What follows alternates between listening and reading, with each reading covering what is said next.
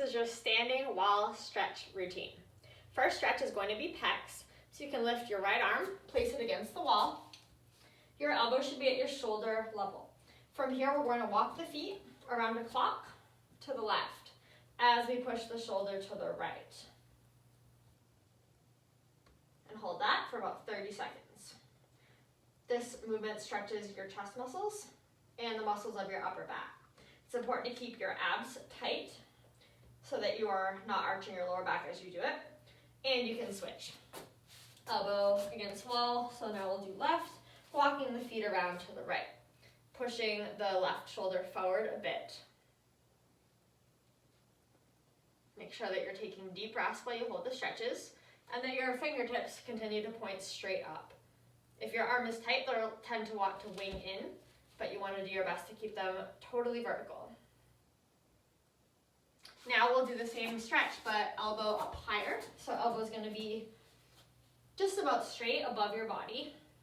Still though, we want the forearm vertical, and same idea, walking feet around, pushing armpit forward and holding, keeping your abs tight.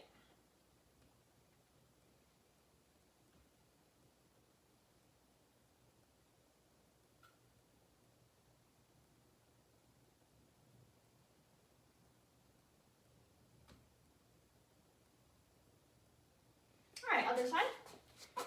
Elbow up, walk your feet around, lift your head up so that it's neutral, abs tight, pushing the armpit slightly forward.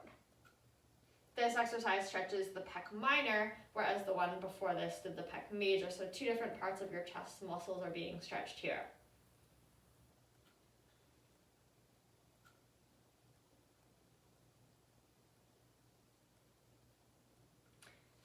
Next, we'll do a quad stretch. You can grab a hold of the wall for balance. You're going to grab your ankle with the same side arm.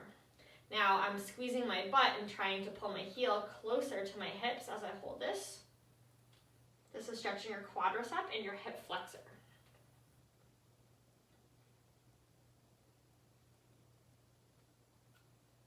And switch sides. It's better to hold the wall even if you don't think you need it, because when you're holding on, you're going to be more stable. And that will allow you to get a deeper stretch because you won't be spending all of your energy just trying to stay balanced.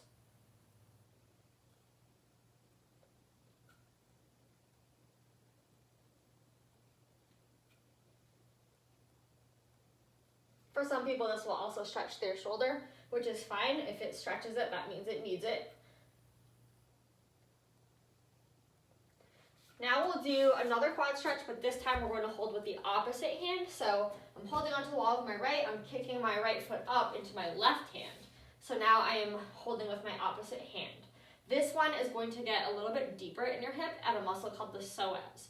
It's also going to stretch a lot of people's shoulders a bit more, so be prepared for that. But still, we're trying to keep the knees together, the glutes and the abs squeeze.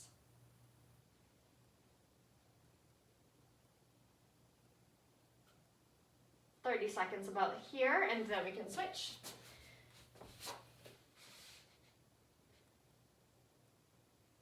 So for this, it will be normal for the hip that you're stretching to pull back slightly, that's fine, but you still want to keep your body facing forward.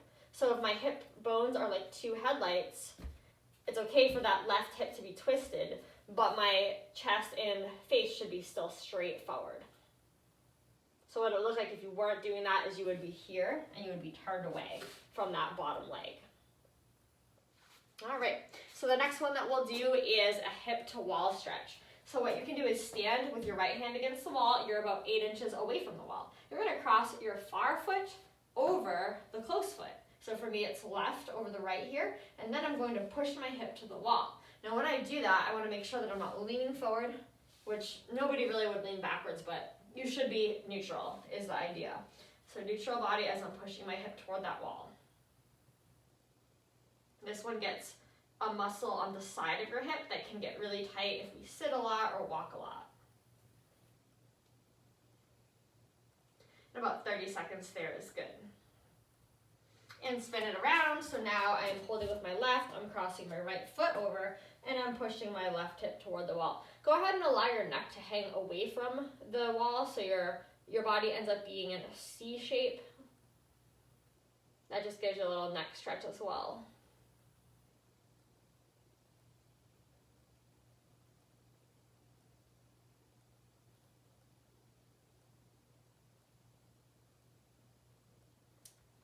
Next, we'll do a shoulder stretch. So you want to back up as close to the wall as you can get.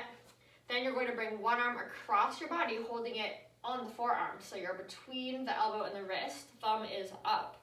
Now we want to try to bring the shoulder blades both back so they're touching the wall or close to it. And you're holding that. So some people might be here, and that's okay. If that's all you can do, that's all you can do. But if you're able to pull the arm across, unlike that, however, you don't want to do it by bending your arm. That's a different muscle, and we want to work the straight arm version today. All right, other arm, thumb up. That just helps you to know that your arm isn't rotated. If the thumb goes down, it means you're twisted too much in the shoulder. Keep working that shoulder back towards the wall.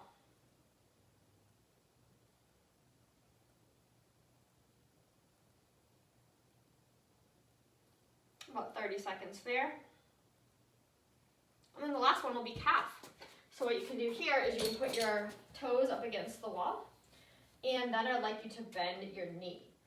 So as you're bending your knee, you should be getting a stretch behind the calf or into the Achilles area. You're going to hold that for about 30 seconds. You can let your hips drift back a bit. They don't have to be tucked under.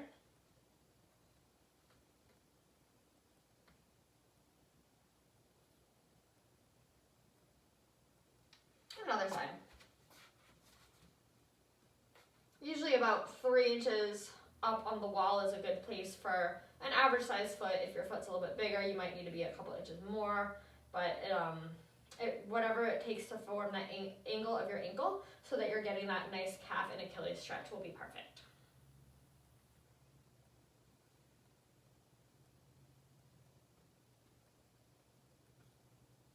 You're bending your knee as much as you can. Okay, so that's your standing wall stretching series.